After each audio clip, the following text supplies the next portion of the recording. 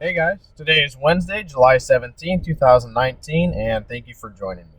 I just got back in my truck and I decided to make a video real quick because I just had a really good, very positive, very exciting meeting with a contact of mine at Turner Construction, which is, I think, the largest general contractor in the nation, if not the world. But nonetheless, I'm sitting here just outside of their Sacramento office, and I conversed a lot, although it wasn't the primary subject of our conversation. I still interjected it with their procurement manager for this area about subcontractors, specifically structural steel fabricators, providing design assist and being a part of the design build process on projects that are procured in that manner. And she was able to give me some pretty exciting feedback, at least in my opinion, about they've already been successful with finding uh, cooperative, symbiotic relationships between subcontractors, fabricators, which is the industry that I would represent, with structural engineers. So one of the concerns or heartaches that I've had is, the consequence or expense of not having engineers on staff. And I've received some feedback from other general contractors that they really like and they agree with, and they support the idea of trades working with design teams, that being architects and engineers, to try and give their perspective to more value engineer or cost effectively produce a building towards the end. But there's always some kind of, like, you're crossing the line on their pride, right?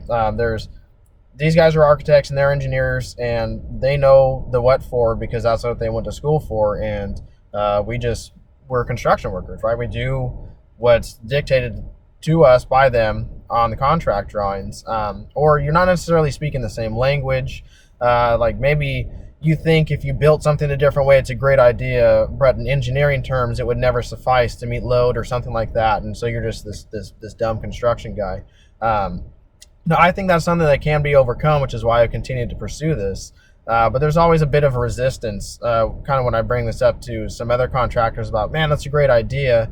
I hope it would work. I don't know that it would. Well, I was able to confirm with Turner Construction today that they've already been using that on projects where they've had trade involvement, what they identify as a core trade subcontractor on a job who doesn't provide the design services, whether that be engineering or anything of the like, but they work with their design team that they're employing to more cost effectively bid and produce a building on a design build project. They've done that and it was successful. They have a couple of projects they were able to list right now that they've entered that route and it worked out very great for them. So they're already very receptive to it and they can see the forest through the trees of the end intent of doing that. So I'm pretty excited about that.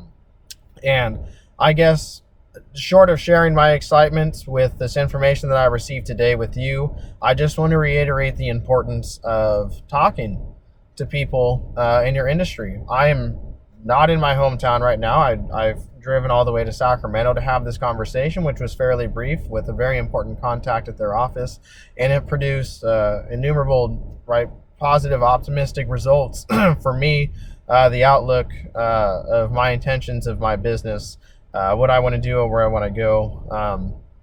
And it really instilled viability for me with my business model and my intent, because there really isn't anybody that I'm aware of that's doing it out there under the structure and business model that I have intended for my business. But I think the door is wide open.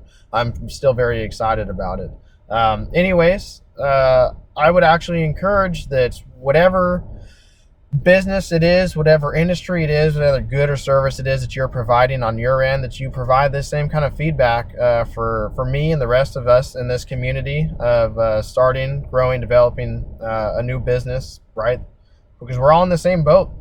This is probably, if you're willing to watch and follow me in my videos, this has got to be uncharted territory for you as well. You're probably a new business owner. Maybe you just started, or maybe you're thinking about starting and you're kind of wanting to see what the development of this is. And you know what? There's some thumps, but there's also some wins. And for me today, this was a win. And I want to hear about your wins as well. And I want you to share that with this community. So if you have any questions or comments, I would really encourage you add that to the posting of this video, as well as your story, your wins, your questions, as well to this. So I want to hear them, and that's everybody else. Thank you so very much for joining me this day and watching this video. Stick tuned for the other ones, and as always, please do subscribe. Thank you.